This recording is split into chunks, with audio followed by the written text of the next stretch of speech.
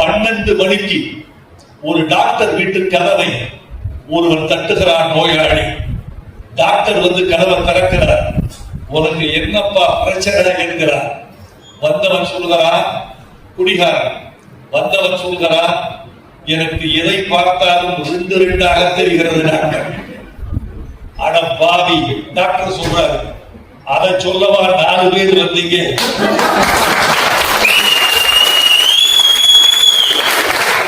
வந்தவன் 2 ரவுண்டில் இருக்கிறான், டாக்டர் 4 ரவுண்டில் இருக்கிறார்.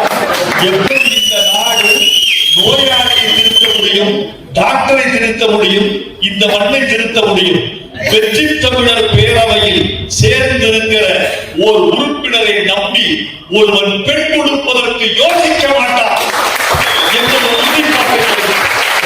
நான் வெற்றி தமிழர் பேரவையின் உறுப்பினர், வேற எதையும் கேட்க வேண்டாம்.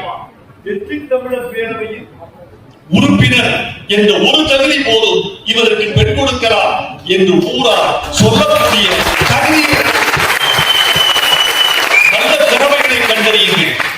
இங்கு அபிநாத் இங்கே பேசுகிற பொழுது, சுஜாதா குப்தன் பேசுகிற போது, நம்முடைய நண்பர் சுரேஷ் பேசுகிற பொழுது எனக்கு ஒரு நம்பிக்கை பிறந்தது. இவர்கள் இளைய தலைமுறையை நோக்கி வெற்றி தமிழர் பேரவையை நகர்த்த போகிறார்கள்.